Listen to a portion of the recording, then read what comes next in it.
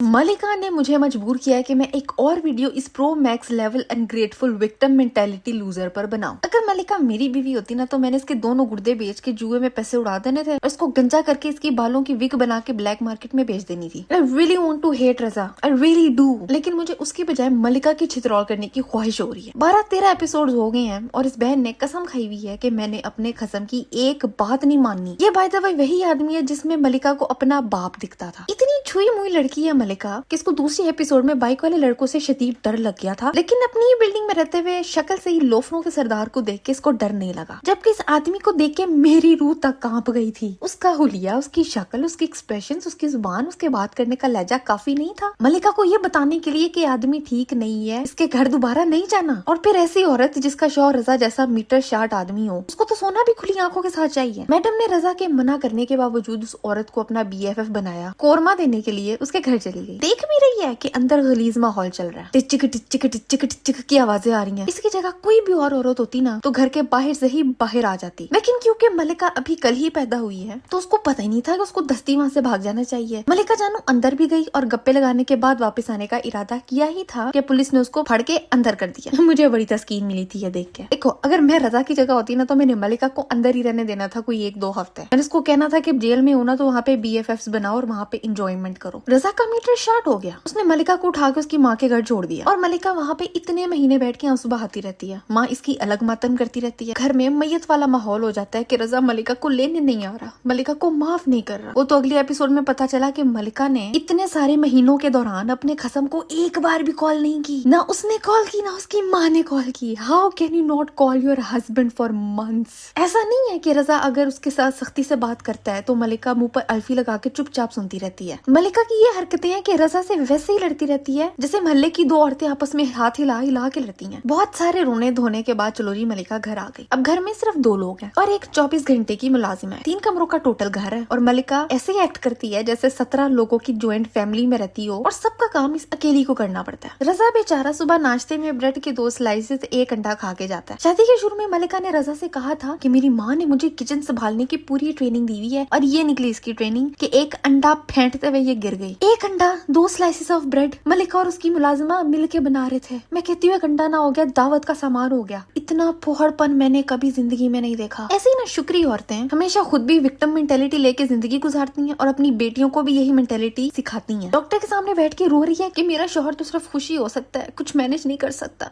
बहन मलिका, और वो क्या करे? तुम्हें ग्रोसरीज लेने भेजता है तो एक मुलाजिमा साथ जाती है जो कि कार्ट पुश करती है। ड्राइवर तुम्हें पिक एंड ड्रॉप देता है। मार्केट से सामान उठा के भी तुम्हारे दरवाजे पर कोई और छोड़ के आता है। बच्ची को भी मुलाजिमा संभालती है। ये औरत क्या चाहती है, कोई मुझे ये समझा दे। रजा कितनी बार रिपीट करता है कि बेटी को स्कूल से टाइम पर ले आना, लेकिन क्या मलिका ने ऐसा किया? ना ना ना। कभी कभी ना मुझे लगता है मलिका जानबूझ के ऐसी हरकतें करती है कि उसको रजा तलाक ही दे दे। क्योंकि देखो, लेटेस्ट एपिसोड में अपनी माँ से क्या कह रही थी कि मुझे इस अजाब में नहीं रहना। अजाब में तो यार मुझे लगता है रजा रह रहा है। दुनिया जहान की ब्लेसिंग्स ला के बेबी को दे दी, हर ख्वाहिश पूरी की, जायज बात पे गुस्सा भी किया तो बाद में माफी भी मांग ली। स्टिल ये औरत गंदी सी शक्ल बना के रोती रहती है। अब रजा झूठे इल्जाम में अंदर गया है तो मलिका को आजादी मिल गई है। अब उसको रोकने टोकने वाला कोई भी नहीं है। अब वो जहाँ मर्जी जाए, जैसे मर्जी वो सारी जिम्मेदारियां उठाए, जैसे मर्जी फाइनेंसेस मैनेज करे या रोती धोती वापस मामू के घर चली जाए। तलाक चाहती थी तो समझे कि उसको तलाक हो गई, अब लाइफ को एंजॉय करो, रुल के, बेघर होके, नौकरियां करके, सिंगल मदर बन के।